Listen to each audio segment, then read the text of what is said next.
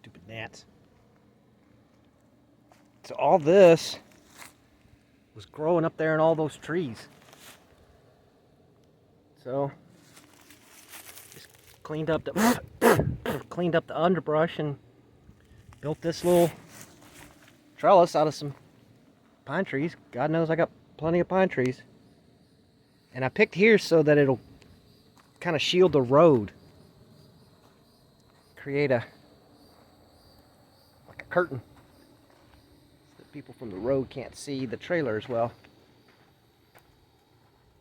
Got another one going on here.